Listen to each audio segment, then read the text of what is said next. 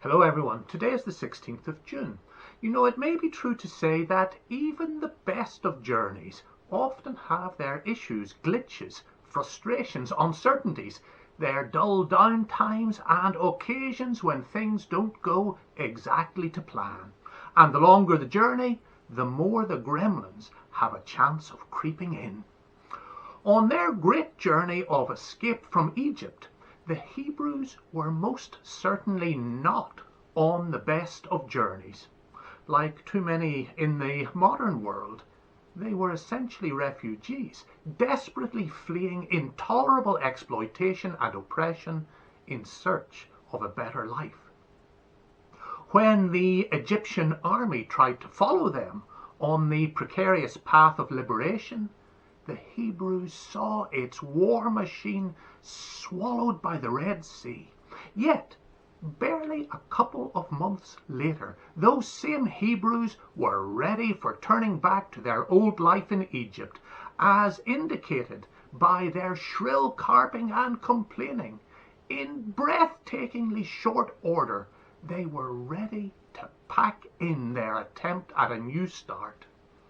They didn't seem to be able to keep their eyes on the prize and their feet on the way ahead for any length of time at all.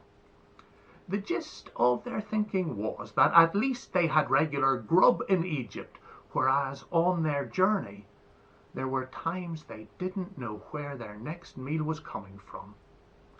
God intervened. God sent quail in the evening so that everyone could go to sleep contented, without hunger nipping at their guts. Then in the morning, God sent manna, the mysterious bread of heaven, so that everyone could start the journey of the new day on a full stomach. There were a few terms and conditions. The first 5 mornings of the week, each family was able to collect only what it needed for the day. On the 6th day, it could collect enough for 2 days, for on the 7th day, apparently, even the heavenly ovens closed down for rest. Do you know what happened?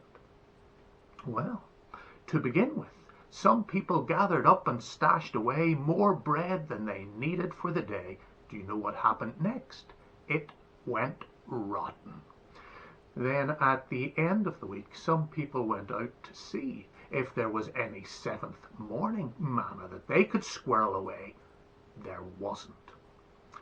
Now, what do you think the story of God feeding the people with quail and manna on their long walk to freedom is getting at? Why the terms and conditions? For me, the story speaks to our relationship with God. We may be easily sidetracked and pulled back to our place in cruel, corrupt, old systems, but God does not abandon us, for God is the love that will not let us go. Instead, God provides for us and encourages us to trust that on our journey we will receive what we need, evening by evening, morning by morning, without greed or hoarding, insecurity or grasping. For God opens the future, even when the way ahead appears impossibly closed.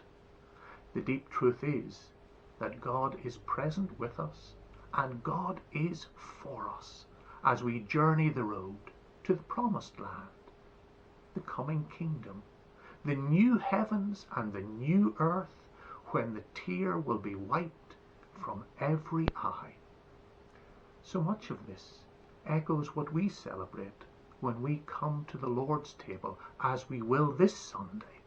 So this Sunday, as we pause on our already long, hard journey through coronavirus, which looks as if it still has a few twists and turns to go, we will remember the depth of God's love for us, for all people, and for the world. We will celebrate God's presence with us through the risen Lord Jesus. We will affirm our trust in His ways of compassion, justice, and being good neighbors, and we will affirm our willingness to follow those ways. Now, if you plan to be in the sanctuary, please contact Gavin Henry beforehand. And don't forget your communion elements. There may not be any manna available. God bless. Bye for now.